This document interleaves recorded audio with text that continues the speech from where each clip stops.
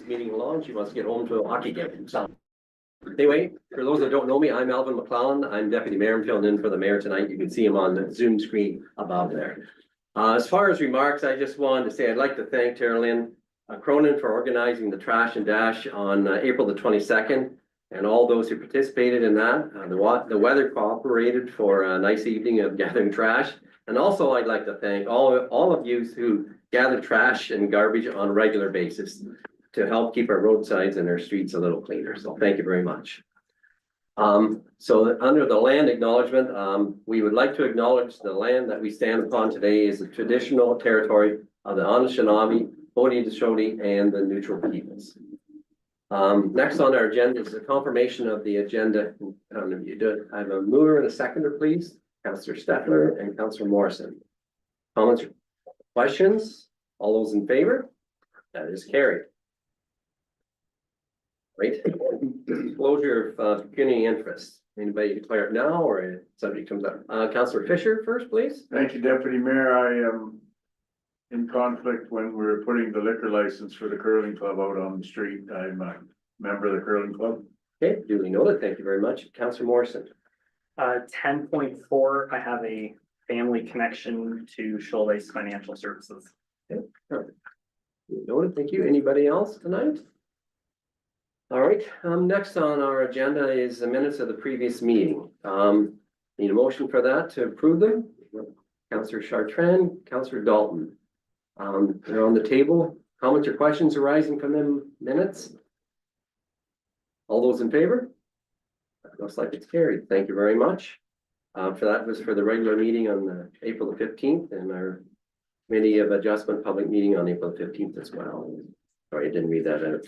So we have in front of you consent agenda, items 6.1 to 6.8. Anything you'd like to pull from that? Councillor Chartrand. Yeah, I would like to pull 6.1, 6.3, 6.5, and 6.8.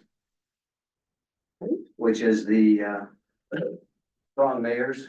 I agree with the strong mayor opposition for a few reasons. One, strong mayor policy was developed for housing and infrastructure, more for big cities than small rural areas. I feel it would cause dissent amongst council. And finally, the big sore point for me is last year, there was a huge chunk of money the province gave out for infrastructure improvements for housing. All that money went to Toronto, London, St. Thomas. None of that infrastructure money ever comes to the small local rural areas under 10,000. So for those reasons, I would like to support these other municipalities and have our own letter. Now, I know we're going to be talking about this later on, Jess, and reports, whether we want to wait till then to do that, but I definitely think that we should be supporting it, and I would make a motion to go forward that we support these. Question to Jess. I think you can support these in this area, and then when we get to that report, that's when we would do a motion to put forward our own letter from council as well. Thank you. So we have a motion on the floor. Need a seconder. Councillor Willoughby. Any more comments or questions on the motions on the floor right now? All those in favor? That would be carried. Councillor Fisher, did you have your hand up? Yes, thank you, Deputy Mayor. I on the consent agenda, the only ones I wanted pulled were the library and the blue water. The other ones I all agreed with. Okay. The four that Councillor Chartrand mentioned, and then the bringing labor in. We had comments about that on Friday at our little meeting, how it has helped the gentleman who runs the McDonald's in the area, and I know local farmers who are using that as well. And the one about making a list of agricultural land in our communities, I support that, and I would like to see it, when we comment on it, it's sped up, like they're talking 27, like when there's 320 acres a day of farmland that becomes parking lots or houses. I think we should speed up that agricultural comment or whatever the province wanted us to do. That was under 6.4 the Ministry of Agriculture, Bob? Is that- Yes, it was, thank you. Jessica, so is there any comment going back on that or? But it'd be done before 27, it'd be done this year. I can put forward a request from that if we get a motion that we put forward that comment to them. I would make that motion, thank you. Looking for a seconder to support that, Councillor McGrath. Any further comments on that one, on 6.4 on the agenda? All those in favor? That's carried, thank you very much. And Councillor Fisher, did you say you had another one? The one about immigration, Okay, I don't remember the numbers, I'm sorry. okay. I think it's a bonus to small business and small industry. It should be I think that's. whatever was 6, requested. 6, 7, the 6.7. Yeah. here in Chamber of Commerce. Reopen the. I agree with you. Immigration program. Yeah, I think that's what it was after. So you want to make that motion? Yep. You as well, need a seconder for that, if anybody, Councillor Chartrand. Any more comments or questions on 6.7 on your agenda? All those in favor? That's carried, thank you very much. Thank you, Deputy Mayor. Thank you very much. Jessica, did we leave anything left out of that? I believe we can still approve the information from Blue Water Recycling and Council Library. So 6.2 and 6.6. Did you say, Councillor Fisher, you had something about library or not? Okay, You were okay with those ones, right? Yeah. 6.2 and And 6.6, okay. Need a motion to accept them as presented, and Councillor Morrison, Councillor McGrath. Any more comments or questions? All those in favor? That's carried, thank you very much. Next we have on our agenda is public meetings, hearings and delegations, and first up, I'd like to invite Councillor Willoughby up, presentation for a heritage plaque. I'd like to also invite Megan and Kathy up as well to join me. And welcome to the Smiths and the Jan Mats, if they would come forward too.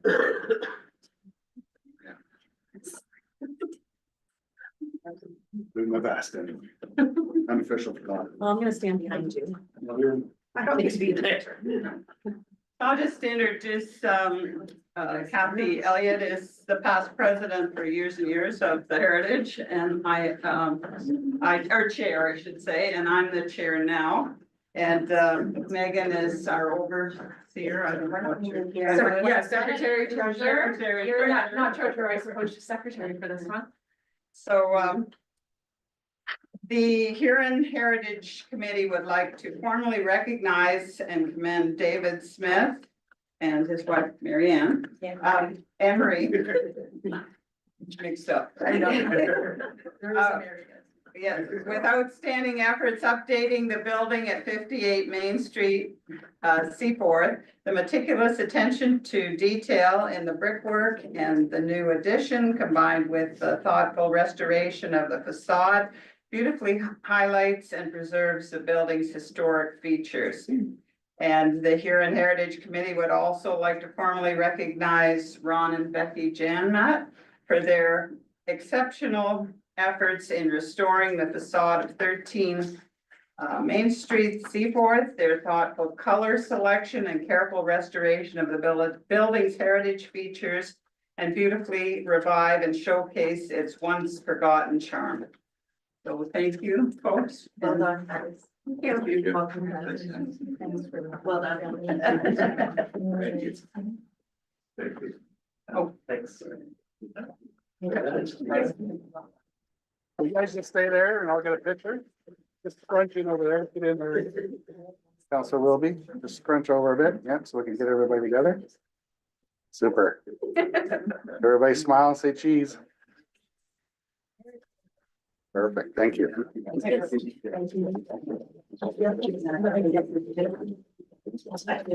Sure. Yes, thank you so much for coming in. Well done. Thanks, Megan.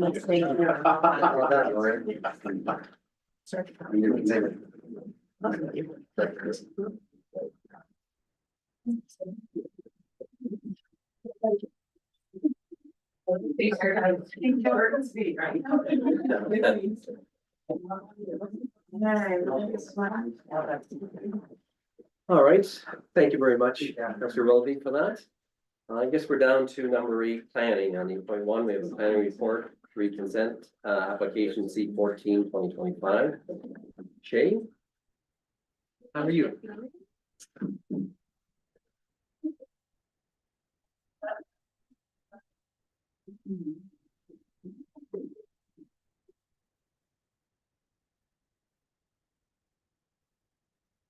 So this is the presentation for consent application C 14-2025. Subject property is located at 44221 Bridge Road. Owner is Devin Murray and the applicant is Alan Murray. Next slide, please. So the purpose of this consent application is to create a new law surplus farm resident severance policies. In this case, the severed land is approximately 3.3 acres, consisting of a house, shed, and outbuilding. And the retained land is approximately 47 acres, consisting of vacant farmland, 2 larger storage sheds, a small outbuilding, and a solar panel. Next slide, please. So just a couple aerial photos of the subject property here. On the left-hand side is the entire 50-acre parcel outlined in blue. So we're on Bridge Road, just northeast of Seaforth here. And then the image on the right there is just a more zoomed in image of the proposed severed parcel. Slide, please. So the property is zoned general agriculture in the Huron zoning bylaw and designated agriculture in the Huron plan. The property is assessed under the official plan surplus farm residence severance policies. That in a minute, and there was no concerns or concerns raised from public staff or other agencies. There was just a note from the Huron building department that there's a second septic system associated with one of the sheds, which I'll touch on in a second here. And that both the septic system for the office and the residents should be pumped and inspected as a condition of the application. MBCA noted no concern with the proposed lot boundaries, and the application was circulated to the wind turbine company, which operates several turbines in the area, and we didn't receive any comments or concerns from them. So here I've just got kind of a marked up sketch of the proposed severed parcel outlined in red to the left of the image. Just a couple things of note here. So the 2 easternmost sheds are proposed to remain on the retained farmland. They're currently used for storage of farm equipment, as well as a portion of the shed on the left side there is used for office space for the wind turbine company. The office space is proposed to remain on property and is considered a permitted use accessory to the wind farm in proximity to the area here. The subject residence here is surplus to the owner of the farm, Devin Murray, who owns another farm containing a residence just across the road at 44250 Bridge Road. And then the other thing to note here is there is a solar panel on subject property. It is proposed to remain on the retained farmland. There is an underground power line for the solar panel that runs kind of north towards the road and would cross over the proposed lot boundary as it connects to the hydro pole just on the west side of the laneway. So it's proposed that a condition be included that an easement be established for this portion of the power line process for access and maintenance. And the last thing I'll note here is there is an existing easement along the east lot line for the wind turbine company to access the wind turbine on the abutting farm parcel just to the east of the subject property. And there's no changes proposed on that easement. Next slide, please. So the subject or the application otherwise meets the requirements and criteria of the surplus farm severance policies, and then just a couple of subject photos of the subject property here. So on the left-hand side is the existing residence. The image on the right is the outbuilding or detached garage proposed to remain on, proposed on a separate property. And next slide, please. And then just a couple photos, on the bottom there is the retained farmland, some of the wind turbines, the background there, and then the large storage shed which contains portion of office space proposed on the retained farmland as well. Next slide, please. So as the application is consistent with the OPS, conforms with the Huron County and Huron East official plans, and complies with the Huron East building bylaw, the application is recommended for approval with the attached conditions. I'm here for any questions on that. Okay, thank you, Shay. Any questions from council? We go to the gallery at all. No, not for consents, that's just for public meetings. Alrighty, if not, I'm looking for a mover and a seconder here to move this information along. Councillor Fisher, Councillor Willoughby. The Council of Municipality of Huron East acknowledge the report of Huron County Planner Jay Stoll dated April 24th, 2025, and has no objection to the consent application C-14/2025, provided the conditions as outlined in the planning report are met. Comments or questions? All those in favor? That is carried. Thank you very much. Thank you, Shane. Good night. All right, we're moving along. Municipal drains, we have none. Reports and recommendations of municipal officers. CEO Brad, you're up next. Just a succession plan report that being presented. So council's aware, of course, the retirement of our Director of Public Works and myself as your CAO. We've invested heavily in a succession plan and significant investments in workforce strategies to allow for the opportunity to promote within. And so just clearly outlining the process that would be involved. So the Director of Public Works, the operation manager will move into the director role, and the South Foreman will move into the operations manager position. All these positions will be on a trial basis to ensure the candidates are comfortable with the roles and able to succeed them well. Once the trial is complete, then we'll backfill with a heavy equipment operator position at the final step. In terms of the CAO role, so Clerk Jessica Rudy will transition into the CAO role, and then operations coordinator, planning and operations coordinator Megan McCallum will transition into the clerk's role. Again, same as before, it'll be a 6-month trial basis to ensure both those individuals are comfortable with the roles. Once that's complete, the position for the planning and operations coordinator will be posted and filled.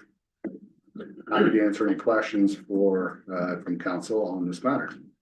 Questions from council? Councillor Steph. Yeah, thanks, CAO. Excellent work on everybody, working on a succession plan did cost us a fair bit of time, energy, money, and hopefully helps every, employee see that we are recognized from within, and, it's a good thing. So congratulations to everybody. Any other questions or comments? Yes.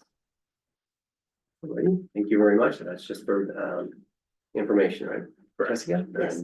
Thank you. Brad, I guess you're up again. Yeah, up to the next one. So kind of a long-standing thing that's been on our to-do list was to put out an RFP for water and wastewater financial plan and rate study, as well as a building rate study for the building department. So I think I mentioned this during the budget process. With the cost we did do a financial plan back in 2020. Of course, that was right before the pandemic, and then the pandemic hit and costs kind of went through the roof. Some of it's maybe settled a bit, but we still have some pretty significant cost increases. And so what's happening in the water and sewer systems budgets is the reserve contributions are dropping fairly significantly, just because our operational costs are increasing at a higher rate than our water rates are increasing. So we do need to revisit that, and I think the sooner the better to make sure that we're putting enough dollars into the reserves to support the future capital needs of the systems. Beyond that, in 2026, the current financial plan would expire anyway, and we'd have to have one in place for 27 on.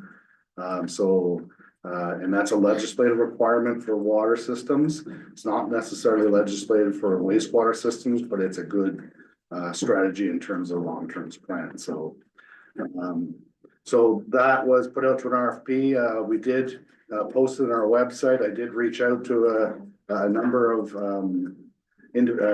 corporations or companies or consultants that I felt that would potentially do this work. We only got one RFP back. That's from Watsons and Associates. Watsons is very experienced, done a number of financial studies and rate studies for municipalities throughout Ontario, throughout Canada for that matter. So I'm not concerned at all about their qualifications. So staff are recommending that we award it to Watson and Associates. With respect to the building services rate study, we've seen a lot of increases again for the building services department. And we haven't necessarily been increasing the rates for the building permit fees. And at times we're struggling at the point where we're starting to pull from reserve for some of the operational costs. There is a reserve amount that's legislated to be set aside for downturns in the economy to continue to support the level of service that you need in your building department when demand rises. We've not had to struggle with that, but we're pulling from it from an operational basis based upon even the demand we've got now. So we do need to increase those fees. Having the study done by a third party helps to provide that independence. And there is a legislative requirement that there be stakeholder consultation as part of that building permit fee work. So between the two of them, try to make sure I got the right page flipped open here. The total for the water and wastewater system is $444,530, and the wastewater, sorry, the building rate study is $38,670. The $44,530 also includes the rate study as well as part of the financial plan. So any questions from council? I'd be happy to answer them. Questions from council? You got a look on your face. I've been doing this 18 years and I think we've always done this in-house. I was quite surprised when I heard this on the agenda. Is it you mentioned legislation, Your legislative, Brad, but are we legislating that we have to have a consultant? Or it can't be done in-house? it can be done in-house if we had the resources right now. We're kind of struggling on our financial side in terms of new resources and trying to get caught up in our existing financial systems. So now's not the time for them to be refocused, one point. The second aspect of it is the whole financial system's gotten a lot more complex because the financial strategy needs to incorporate your asset management plan, which will be coming to you guys very shortly. It's got to incorporate your financial strategy, your budget, as well as your operational budget. So I think it's a lot more complex.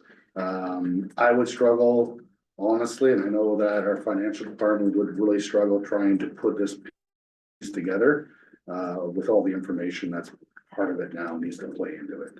Our asset management plan has gotten very detailed, very robust, but it's got a lot of moving parts to it now. That would be that's why I would recommend it. It'd be a third party, both from a workload perspective and the complexity. Thank you. Any other questions? I'll read the motion that we have in front of us and then I'll look for a mover or seconder on the other side. So this is under 10.2 on our agenda, that the council of the municipality of Huron East award the water and wastewater financial plan and building rate study to Watsons and Associates Limited, and that the cost for these services be drawn from the respective reserves. And then care to make that motion? Councillor Steffler, looking for a seconder. Oh, sorry, Bernie, are you second that? Thank you, Mr. Mayor. Any more comments or questions? Councillor Fisher? Thank you, Deputy Mayor. When will this be done, Brad? Imminently? They would start, we told them that the award would start and, the work would start, yes, very, very soon. So we'll be working on it over the next couple months. I would expect probably sometime, midsummer to early fall and see the actual studies. Cause there's some consultation that has to happen, so there's some, we'll have to schedule some public meetings and some focus groups and as well as, stakeholder consultation. Thank you. Councillor Chartrand? Was this in our 2025 budget? It was in your budget in terms of work strategy. It was to be pulled from the reserves, which is the strategic thing to do with the dollars, as you use your reserve dollars. Out of what reserves? Well, for the water and wastewater study, each of the respective water and wastewater systems will fund their proportionate share. And then the building department's reserves will fund their It won't come out of levy then, at this No, point. that doesn't come out already. Okay, thank you. Any other questions? Motion's on the floor. All those in favor? Those opposed? That's carried. Thank you very much. We're down to 10.3, the Public Works 2025-05 connecting link tender and project plan. I think that goes to Mr. Barry Mills or Don. This last one. Well, we're happy to report we got a tender that came in under budget, just a little over $6 million. The actual budget was around 7 million. Omega contractors were awarded the tender. We've used them twice in the past and here in East with good success, so we're kind of happy with that. The work plan attached to it, the projects are to date by October 31st of each year. For the segment of road that will be reconstructed. So it's basically up to the contractor to start the project within their window, let us know, and it has to be completed by October 31st. Now, we're just letting the tender tonight, so we'll be in consultation with the contractor on seeing what their work plan might be. It could be early, but we experienced that with Curtis Smith. He was supposed to be right off the block, but due to timing and stuff, he switched the tender for the process, I guess you might say. PM Ross reviewed the tenders and found them acceptable and in order, so I'm happy to announce that as long as council moves forward, I think we've got a project. Perfect. Thank you very much. Questions? Councillor Chartrand? Yeah, I'm just curious, very concerned as to why they had stretched this construction out over 3 years. So it'd be 3 years of construction out there. Why couldn't they have compressed that into a year or two? Probably compressed in. No, you couldn't, because top coat always goes on at the year after, so that if there's any surface deficiencies that start to show, that they'd be corrected before the top coat finally goes on. Project from the whole project is too large for one season. So part 1 and part 2 couldn't be done in one season. No. And part 3 is just paving. Right. In doing this, I think that's where you've got your better project too. So the contractor has a smaller project, and if he's looking for a smaller project to fill the plate, that's where you might get your benefit of the pricing. And then the next year, he's got his plate filled with maybe the larger portion, maybe you're looking for smaller. I think it works quite well as far as the tendering process goes for the dollar value. Yeah. Okay, thanks. Any other questions? Councillor? Okay, thank you, Barry. Are we still good? I know you're retired, so congratulations, to communicate with homecoming. See, you know, just where we're at and being that it's a holiday. Obviously, they probably will be starting before the end of July. Sean attended the emergency management meeting today as far as the homecoming. Right. Is coordinated, but once we release the tender after tonight's approval, we'll be in consultation with the contractor and see what his idea of a starting point may be. And then we'll have like a public information meeting, a PEC meeting they call it, with the stakeholders along the road. And the homecoming committee review is kind of what we've been set up with. If that changes, to relay any information back to the homecoming committee. And then the second question is, because it came in under tender under budget, is our amount still from the province the same amount, or is it proportionate? It'll be proportionate, but we'll see a little bit of shifting, but we'll probably utilize most of what we anticipated in the grant portion of the road project. Attaboy. That's That's the best way to put it. Thank you very much. Any other questions? Now, can I have a mover and a seconder to move this motion along? I'll need to read it first. Councillor Chartrand, are you making that motion? Yeah. Councillor Stefan, are you seconding it? Yes, I am. Very much. Yeah, I'll read it for you, and then we can have questions on the other side. So moved by Councillor Chartrand, second by Councillor Stefan, that the Council of Municipality of Huron East accept the tender of Omega Contractors Incorporated in the amount of $6,069,060, including HST, for the Highway 8 Doddridge Street West connecting link reconstruction. Comments or questions on that motion? Everybody happy? All those in favor? That is carried. Thank you very much. Next on to the Finance Department, reinvestment in maturing investment funds, GIC option. Denise. Yes, thank you. Yeah, so this report is just looking for the reinvestment of 2 GICs that have matured, and reinvested, having Sholdis look after that for us. Any questions on that? Any questions? Let me care to make that motion and I'll read it, or Steffler, Councillor Steffler, the seconder. Sir Newell.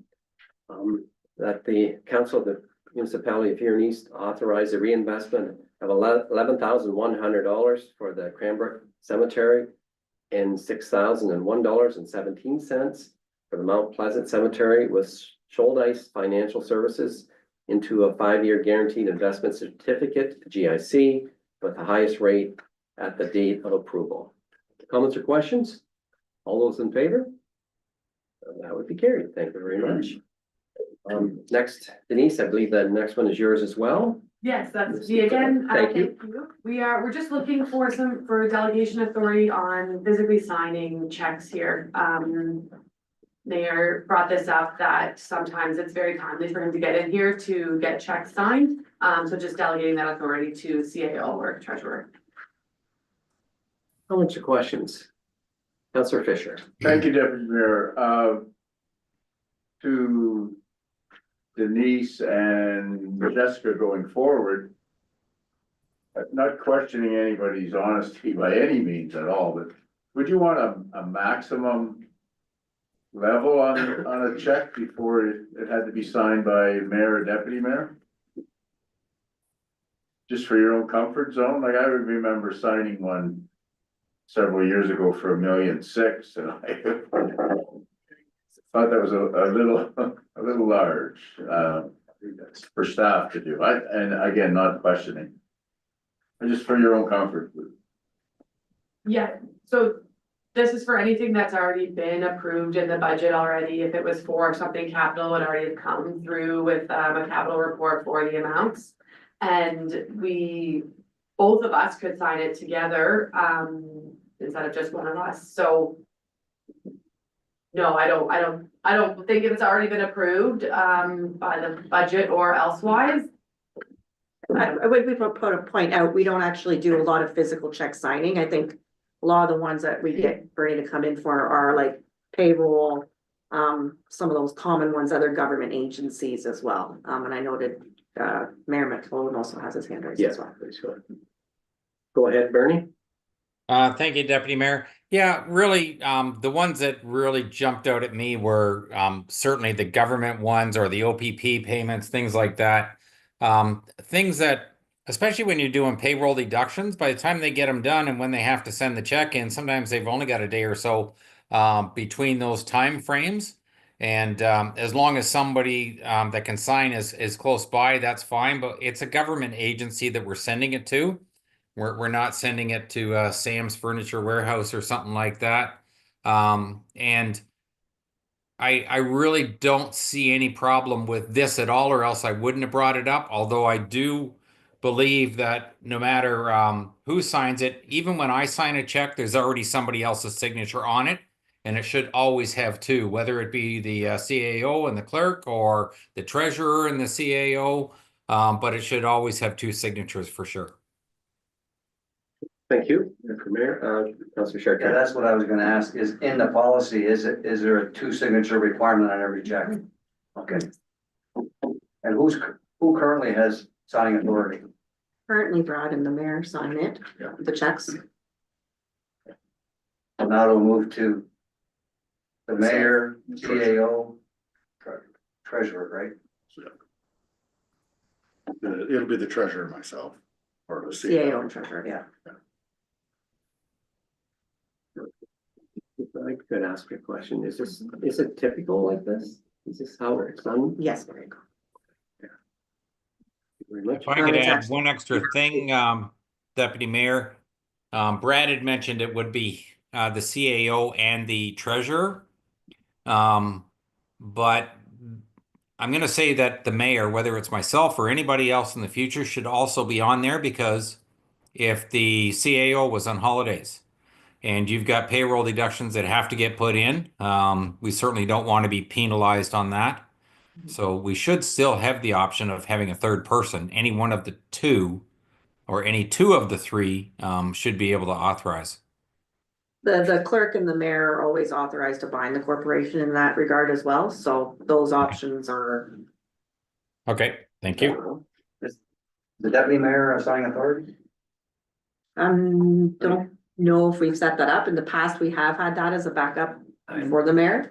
I have signed checks. Yes, I thought you had. Unless they balanced, but. I have signed some. We usually do get the deputy mayor registered as a signing authority with the bank once they're appointed.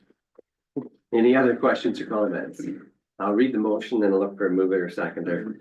That the council of the municipality of Huron needs to approve the delegation of authority to the treasurer and the CEO for check signing on payments to government agencies, payroll,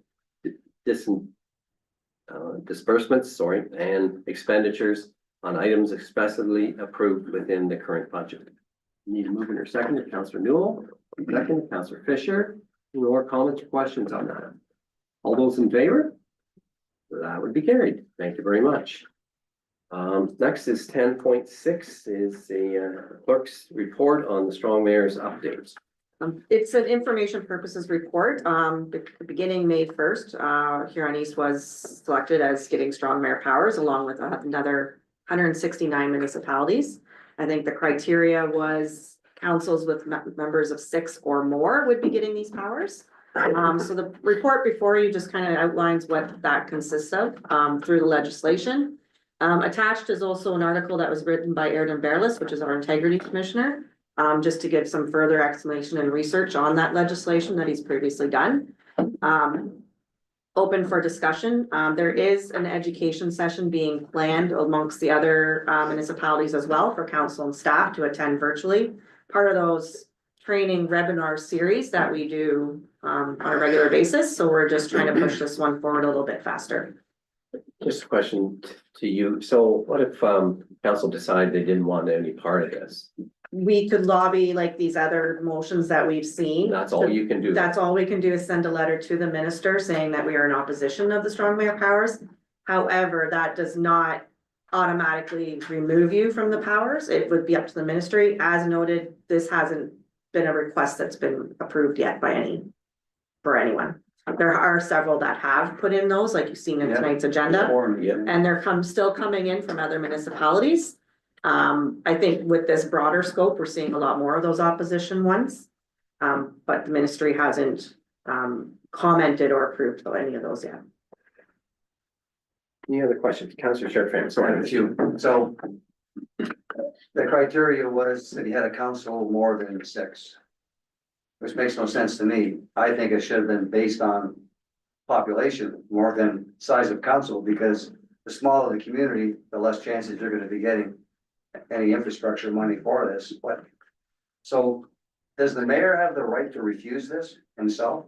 No, what he can do is delegate some of that authority back. I think I mentioned in the report as well, something like the hiring and firing of senior staff for the CAO, that can come back to council. He also has the option just to not exercise those rights. So it's not that he just doesn't exercise them really. So doesn't use those powers as he's provided, but it's nothing official that he could do to do that. So the next mayor that could come in could easily exercise them. So even though he can't refuse to have strong mayor powers, he doesn't have to exercise them, is what Correct. you're saying. Yes, so he doesn't have to use them.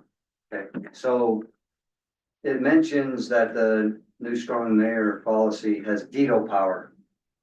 Is For that provincial veto power, priorities. is that veto power only, aimed towards housing, infrastructure and roads, or is that veto power for any topic that's on the agenda? It's for those provincial priorities that they mentioned there, those 4 listed. Right now, those are the 4. I'm not gonna guarantee that those will never change. They keep mentioning provincial priorities as the veto power. So the only guardrail that the rest of council has, you know, if you were to have a situation where you have a mayor who wants to exercise his power all the time, our only guardrail on a veto, if I understand it right, is 2/3 of council votes against the veto, then the veto is defeated. Correct. There's also a process, like it's a timely process. The mayor would have to put into writing that he plans to use this exercise as veto. So say it's a bylaw and you've gone through with it. The mayor subsequently says, I'm gonna use my veto. He has 20 days or something like that, I think Right, it is. To get it into the clerk has to bring it to council to say he's gonna exercise, and then council has the choice to use their 2/3 power to negate the veto power, but the mayor would still have a voting opportunity in that 2/3 vote. And then the other issue, it says that in the first letter that you sent us, the last council, the minister letter, it said that the mayor had the ability to hire and fire the CAO, Mhm, also had the ability to hire department managers. mhm.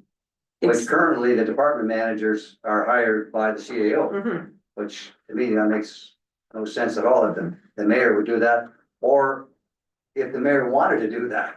Mhm. So I guess it's relinquishing that, you know, Like that. he said, he could delegate that back for the CAO as all of council, which is how it would currently operate Same for as, CAO. same as you mentioned that he already has the power for committees Yeah. he currently does that now, but he can also pick the chairs for those committees, Correct. where normally The the chairs committee, the committee itself would do that. that's right. That's why I think this whole thing will just cause disruption and dissent amongst council. That's why I made the motion that we should be putting in a letter of dispute as well.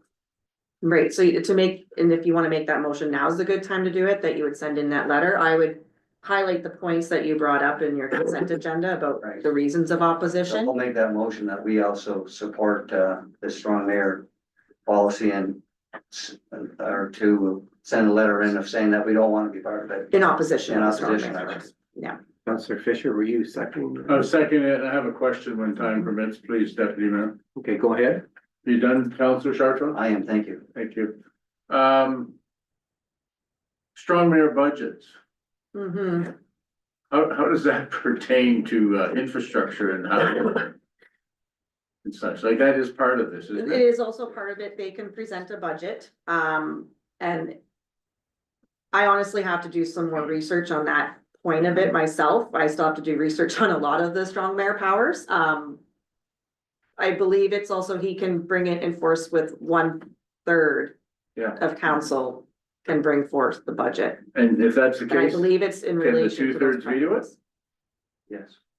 2/3 could be the one. Yeah, even the strong mayor budget, yes, okay. Okay, thank you. that's my understanding. From my understanding, he can veto or bring it in. Council still has that right to veto those options. It's the committees, the chairs, the hiring and the firing is what's not veto from council. Any other questions? We do have a motion on the. On secondary. Any other questions? All those in favor of saying that letter of opposition? All those opposed? It's carried. Thank you very much. We'll send that letter off. Getting response. Next, Jessica, it looks like you're on again. C4.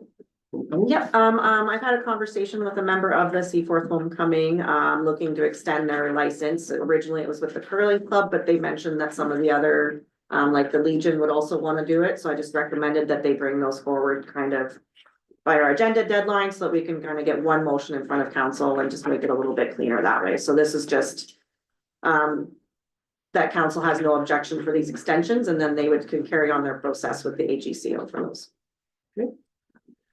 Just for a bit of feedback, sorry, Deputy Go Mayor. ahead. Oh, I was just, Just for a bit of feedback, the homecoming committee met, first Wednesday of April, and they were instructed for next meeting to bring all the municipal questions, concerns. I think there was a meeting today, Sean, for the emergency measures, but for all the requests of, I mean, like, you know, a lot of different, they all come in one bundle, and that meeting's next week, so. Yeah, everything in Discovery Municipality at one time, multiple requests. Yeah, Instead of going to 15. that was part of our 15,000. conversation, so that we're not having little blips here and there. It's just a bit of a cleaner process if we can bring them forward under a cover report or something as well. And then the roads department were excellent so far, and, you know, communicating with the connecting link, et cetera. So that's a big one.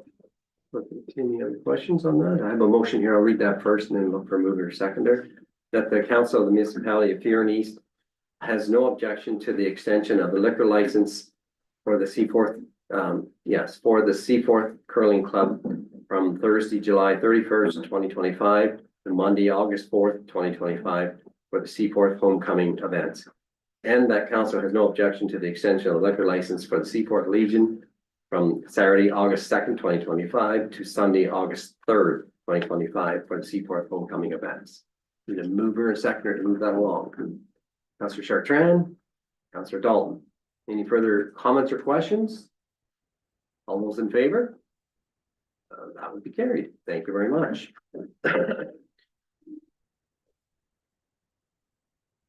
Thanks, Lonnie. Good job. Correspondence, we have nothing. Unfinished business, looks like nothing. Council reports, I'll give a quick one about our last county council meeting. Warden Heffer presented the Huron County Certificate of Appreciation to Bob Montgomery, a local reporter. He started with CPMX for reporting the news from Huron County Council and the county as a whole. He is retiring now, so he was congratulated for that. Colin Carmichael from the Huron Chamber of Commerce presented a local impact briefing, which was in our agenda here tonight as well. Just interesting to listen to some of the concerns and the problems they have with getting enough labor to run their businesses. Council or county passed a motion to start the process to looking into a shared facility to house an ambulance station here in Seaforth. So that moved along as well, and we received and accepted tenders to replace some guardrails and spot paving throughout the county. And we're also replacing 2 culverts along County Road, Perth County Road 180. So there's a couple of them, I think in McKillop, or McKillop up there. So we're going that way. So, and I think that's everything that I had. Councillor Steffer. Yeah, just referring back to the ambulance station question that was up for discussion. Yeah. Did they say timeline, anything that what they were looking at, or? Nothing yet, but certainly to start it and get talking to Huron East staff and start moving that along anyway. So, So it's early stages, but it has been approved. yes, that's right. Mayor Bernie. Yeah, if I can just add a couple of things. I did express to county council that if they wanted to do something on their own, they could certainly run it whatever timeline they wanted. If in fact it was going to be a joint operation with Huron East, that if we decided to go ahead and do something, our preference would be within the next 1 to 2 years to have things underway. One interesting point, and I got Brad to download a copy so he had it for his own information, but the county was talking about their portion of the facility. They're not building just an ambulance bay. They're talking about building a lot more. Now, their estimate in their report was an $8 to $10 million project. Now, there was one item in there that I certainly disagreed with, and that was they were talking about having an exercise area in there that other county employees could come and use. I don't think that's where the taxpayers' dollars need to be spent, and I mentioned that at county council. Other than that, their concept that they're looking into is not only just to house what they've got now, but actually to have more bays available. And they're talking about bringing the management staff to the new facility. So they would also be operating out of the Seaforth area if in fact that's where it gets built. And and that is just planning for the future, because it's already been noted that, I forget by what year, but I think they said by 2030, at one point, they already said they were possibly gonna have to add another 3 ambulance or 4 ambulances, to the system. So, they are going to have to expand the service, and, if they're talking about building a facility that also has all the management staff in, I'd love to have those people in town and, using our restaurants and everything else that we've got for services here to provide. Thank you. Thank you, Mayor. Comments on that? Any questions? Sorry. Just for council information, just wanted to make sure council's aware, the head of the EMS, Jeff Horseman, did reach out the next morning, and we are setting up consultations with him as well as with our preliminary designer to kind of see how it all fits together. So we're on it already. Good to hear. Any other comments? Alrighty, we're down to other boards, committees, meetings, seminars. Anybody have anything to report on them? Seeing none, requests by members, sorry. Mine's for a request by member. Okay, go ahead. Councilor Our Sharp. last council meeting to UCAO, I had requested, and you said you were gonna get back to us about, the Seaforth Fire Hall, as far as what would it take to upgrade it? You were looking for a name or a person, or I don't know what you were looking for. Where are we at with that? So part of that same process, I reached out to that same consultant we're using for the preliminary designs in the fire station to see who we could recommend. I don't know anybody per se off the top of my head that I would know that would be able to do that assessment on that building to determine whether it meets and what would be required and what would be involved. He hasn't got back to me yet, so. So, again, every time we wanna do something, we'll hire a consultant. I guess my question is why can't the fire chief and the district or fire chief, why can't they work together with the Seaforth Fire Hall and say, what upgrades do we wanna do?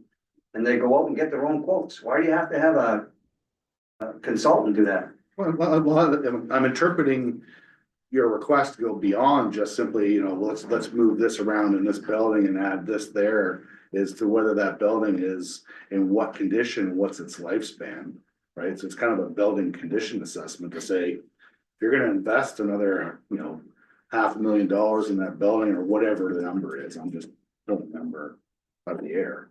But if you're gonna invest that kind of dollars, wouldn't you wanna make sure that that building's structurally sound, that it's in good condition, that it's not gonna, you're gonna finish that and then all of a sudden find out you gotta throw $1 million in it because it's not structurally sound?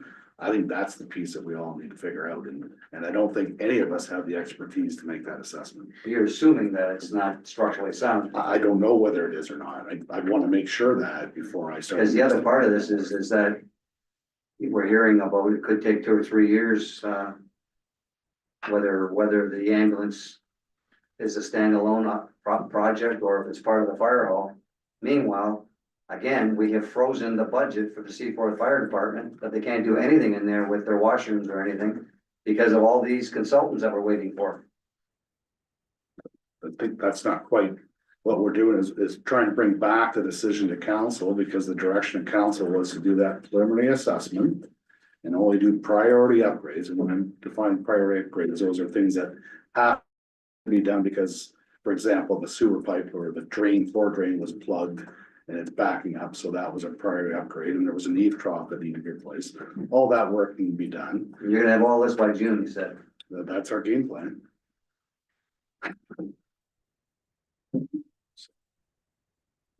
Any other requests then? Yes, right here. Okay, seeing none, we're on to notice of motions, and Councillor Fisher, you're up first about the tax relief due to the tariffs. Let me read your motion that's in the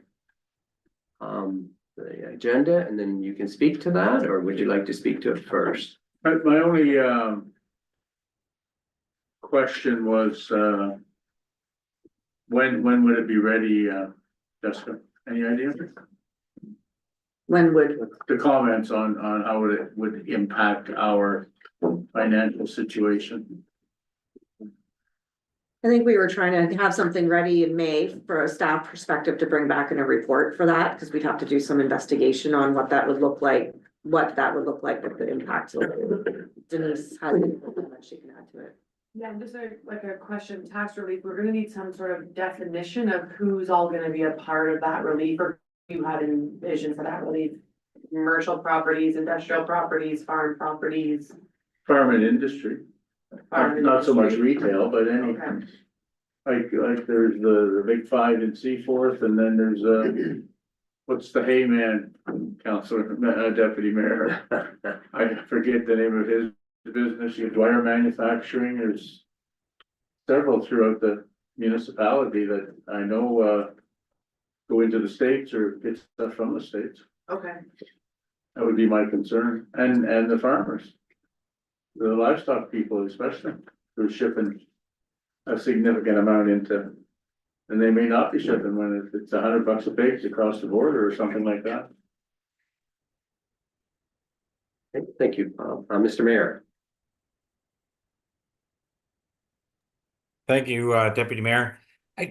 My concern is that if you do it for some of those businesses, let's say, but if those businesses can't do their work, so we're going to give them relief on their taxes. So is the intent that we run a tab and we say, you don't have to pay your taxes now, but we're going to keep track of what you haven't paid us and you're going to have to put some interest on it? Or are we just going to make the rest of the taxpayers pay the bill?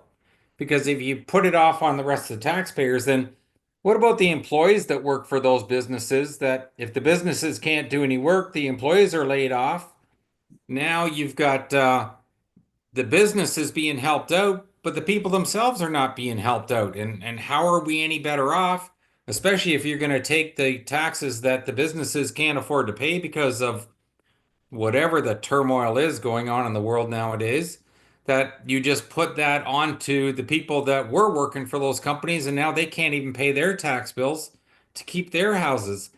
The problem is I don't know where you can start and stop it. I'm not saying it's a bad suggestion, but mathematically, I just don't see how you can divide that up and make it fair to everybody.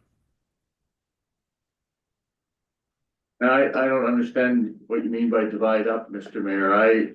My initial proposal was that businesses that were adversely affected by the tariffs would be able to defer their taxes without penalty for up to 2 years, and then come up with a repayment plan and going forward, pay their back taxes. Okay, so if those businesses, and you've talked about farmers, so, and you've talked about 5 businesses in town, and there could easily be a bunch in other areas of the municipality.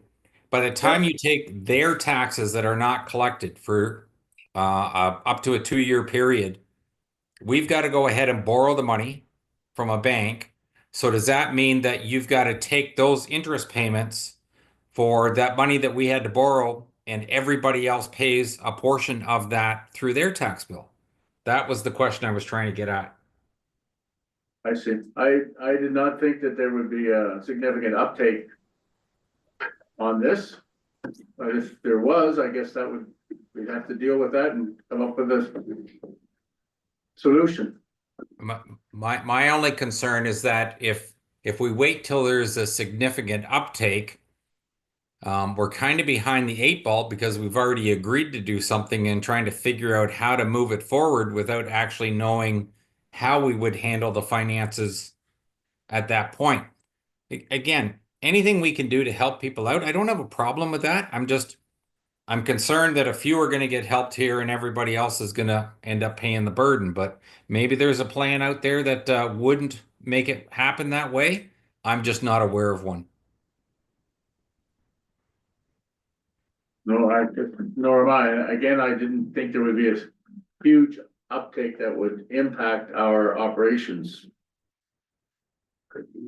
We'll go to Councillor Stepler, Bob, and then we'll come back to you then. Okay? Yeah, I concur with the mayor. I think we have a good welcoming town hall that if you're struggling with something, you can come in and we'll they're compassionate enough. I wouldn't wanna leave it as an open end. For the fear that, it's almost like a COVID thing where everybody's putting in to get their money just for the sake of getting it. That money of, $5, $10, $20,000 sitting in my account seems better than sitting in the, town's account. I think people would take advantage of it. And I think we can leave it to the responsibility of the landowner, the business owner, to come to the municipality and, talk and go that way. So. We also don't know if there's gonna be any provincial programs that come out there or any federal programs. I think it's too early to start talking tax deferrals. Yeah, and to Councillor Steffler's comment, that was exactly how I thought it would evolve. If someone, say, Progressive Turf imports a certain kind of steel from the States, or they ship their equipment to the States, which I know they do, and they were impacted adversely, they could come and set up a plan with the municipality. Not a blanket for everybody and anybody. There would have to be a proof of need. If I can, yeah, thank you, Deputy Mayor. And I guess, Bob, that becomes my next problem from a bookkeeping standpoint. So Jamco, we certainly bring in material from the States. We certainly sell our product to the States. If that dries up, what's required to show justification that I should get this relief? And do I have to compare it to previous year's books? There's just so many open-ended potentials for us to get involved with. Again, if there's a model out there that a municipality has kind of used for something along this line, I'd be interested in looking at it. I'm just concerned that it's such a big rat's nest of possibilities and ways that we could handle it that I'm not sure that we've got the staff or the time to actually go through all this. And again, you're right. It depends on how many people take it up. If only one person does, then as you said, I know we've talked about before with COVID that if we had someone come in, we would always work with them as long as they notified the municipality and didn't just stop paying their bills. We certainly are going to try and help our ratepayers whenever we can. I don't want it to get to be too big for us to handle. That's all. Thank you. We'll go to Councillor Chartrand. He's got his. Yeah, I think the same thing. I think, first of all, we don't know if they're gonna have problems at this point in time. We don't know that. And I think if we just leave it, if they do have problems, they could be made aware that they could come into town hall and talk to, to tax people and say, how can we spread this out over the next 2 or 3 months or 4 months or a year? But to open it up right now, I don't think we should just open it right up, and I won't be supporting this. Councillor McGrath, with your hand up. I don't think we're talking large amounts of money, so I don't think it's not beneficial to the business owners to say you have a $50,000 tax bill. So you put it off for 2 years now, year 3 comes along and now I owe $150,000 in taxes. And if they're gonna get nailed with tariffs, they're gonna soon see that $50,000 pretty quick before we ever see it. Now, I agree if they do struggle with that, with their taxes coming in, I think we should be penalty free in that regard.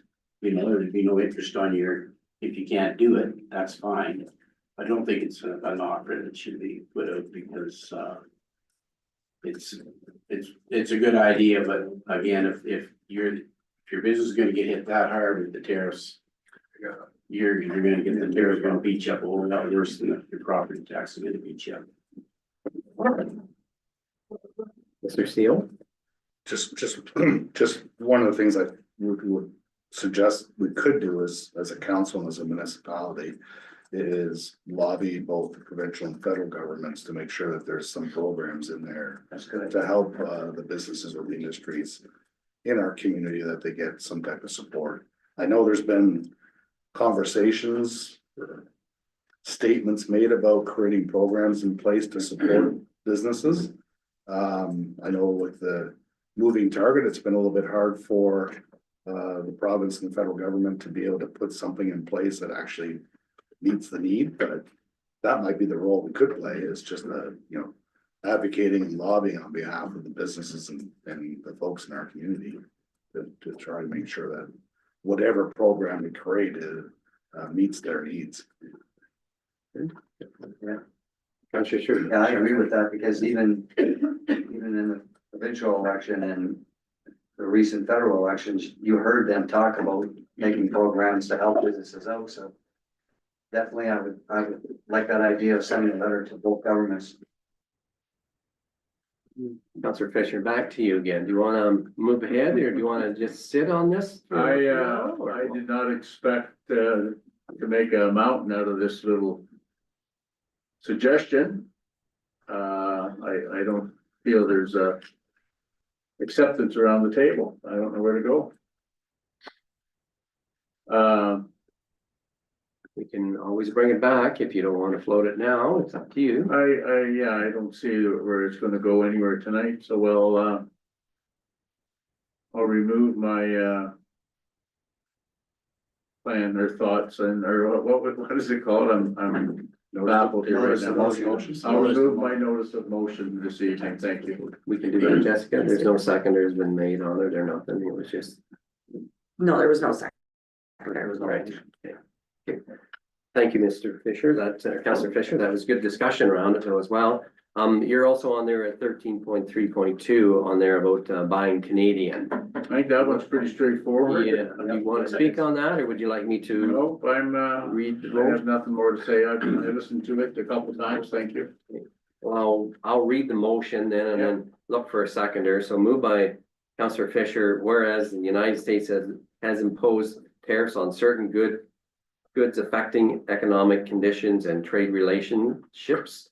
And whereas it is crucial for the municipality of Huron East to support national economic interests and local suppliers in light of these international trade challenges. And whereas purchasing Canadian-made products support the local economy, strengthen supply chains, and can migrate some of the economic impacts of international tariffs. And whereas the municipality has a strategic interest in promoting economic resilience and sustainability within its purchasing policies. And whereas prioritizing Canadian products where feasible aligns with broader economic goals and public interest. And whereas the consideration of Canadian products should take into account pricing, availability, and quality in comparison to international alternates. And therefore, the Council of the Municipality of Huron East directs staff to explore a buy Canadian approach in procurement policy. Need a seconder for that? Councillor I would like to Bertrand? second that one. I don't want you to read it again. Thank you. Yeah. Comments from the floor on that No, it's a good motion? one. All right, all those in favor? That is carried. Thank you very much. And next I have a motion, so I'm gonna turn the chair over to Councillor Dalton. Okay, thank you. Did you want to speak to that? Sure, if I could, now please. Before we go further? So I have a motion there. So what I'd like to say about it is, when we declared this property surplus, and I'm speaking of the family health team building, late last year, we caught many people off guard and surprised. And since the sale did not go through, it gives us an opportunity to rescind the motion. And if in the future council decides to, or are presented with a business plan, council can start an open process, looping in all our tenants and the community. When this motion is rescinded, it will give the family health team, the FHO, the doctors, and the community as a whole, the security that Huron East owns the building. Thank you. So I prepare to move that motion. That's. We ask for any comments or questions from the rest of council. We have subject. I think the mayor has a question. Go ahead, Mr. Mayor. Yeah, thank you, Councillor Dalton. Is this motion specifically for the one building or is it for any surplus properties in Huron East? think it's just the building is what I was speaking of and I spoke of.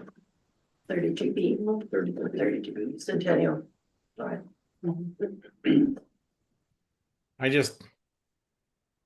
But there's a couple of things. One, I find it odd to have a policy for one particular building. I understand the comments that you're making. I also understand why council made the decision they did, and at the time, I don't think it was a wrong decision. In fact, I still think the municipality of Huron East is farther ahead now than they would have been if they hadn't done anything at the time. And although I did get calls from other people that said they weren't given the opportunity, once I had commented about the fact that anybody else that we would have given the opportunity to, there would have been a clause in there that because of the nature of the building and what it was designed for the community, is that the sale would have to guarantee that the building would continue to be used for what it was used for. Those other parties were no longer interested in arguing the point, because although they wanted to purchase it, they weren't willing to make those commitments. But that's a commitment that council would expect on something like this going forward. We already have a policy in place that talks about how we deal with surplus properties. Council stuck within those rules, although there's lots of other avenues within those rules of how it could be handled. And I think we're tying our hands if you state you're going to do something for one piece of property that just isn't consistent with the bylaw for every other piece of property in the municipality. To me, that is where I see a problem going forward, and I'm just going to leave it at that. Those are my only comments as far as rescinding the fact that it was for sale. That's fine. I got absolutely no problem with that at all. Thank you. Any further comments? Councillor Steckler? Yeah, for the deputy mayor, just clarification in the first paragraph. We're just rescinding the motion declaring 32B as surplus. We're not changing any policy. We're just saying it is no longer in a surplus position, that if we get another offer, we have to go through the process again. That's correct, that's correct. Right, okay, that's how I understand. Yep. So we're just basically bringing this motion back that 32B is no longer a surplus property. Okay, is that hand still up there, Mayor McClellan, or you just? Thank you. That's not what I thought I heard in the motion. I thought I heard that specifically for this piece of property. And that's why I asked the first question was, did this pertain only to this piece of property? So I apologize, but could I have that motion read again just so I understand my own statement here? So I'll read the motion before we have a seconder. Okay, so the motion reads, whereas the council of the municipality of Huron East previously declared the building located at 32B Centennial Drive, known as the Family Health Team Building, as surplus lands. And whereas the purchase and sale of the building did not proceed. Now therefore, the council of the municipality of Huron East rescinds the motion declaring the building located at 32B Centennial Drive as surplus lands. And that if the building were to be declared surplus in the future, that the council of the municipality of Huron East, through a public process, as per the disposition of surplus lands policy. Right. That makes sense to everybody? Yeah. Clarify? Okay, I Okay. apologize because I thought I heard some comments earlier about the fact that you had to talk to all the people involved and the tenants and everything else, which to me is over and above what the policy should be stating. But if that's not in there, then I'm fine with it. Thank you. It's not part of this motion. So I'll ask for a seconder if everyone is the discussion over. Councillor Chartrand. And all in favor of that motion. Motion passes. And we'll send that back to Ellen. Yeah, thank you, Councillor Dolan. Very good. So we're down to announcements. Anybody have any announcements tonight? Councillor Fisher. Thank you, Deputy Mayor. This is probably old news. Seaforth Manor has closed its retirement living area as of the end of June. People are already moving out. No reason why, that I know Southbridge. of. Well, we'll say that out loud. Right? Anybody have anything else to add? Councillor Stafford? Just an announcement that, the OPP have announced, Laura Lee Brown as the new inspector, replacing Jason Unin, replacing, Ryan Homestead, who was acting. So Laura Lee Brown is the new inspector for the OPP effective, I believe it was Monday. Okay, very good. Anybody have anything else to add there?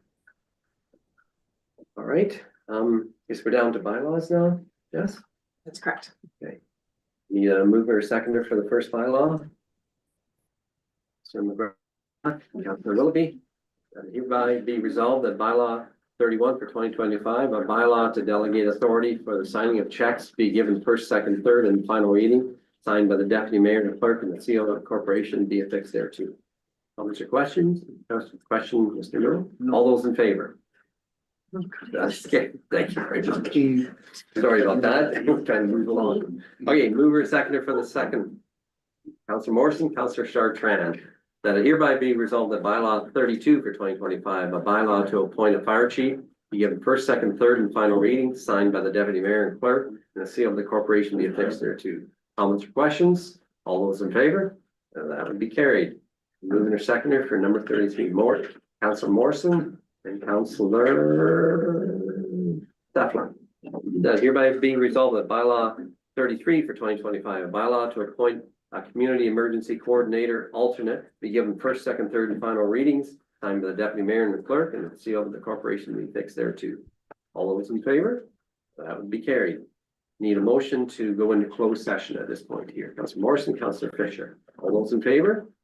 That's carried. Just give me a few minutes. Yeah, take a couple minutes if you need to go to the washroom or something like that, get some water.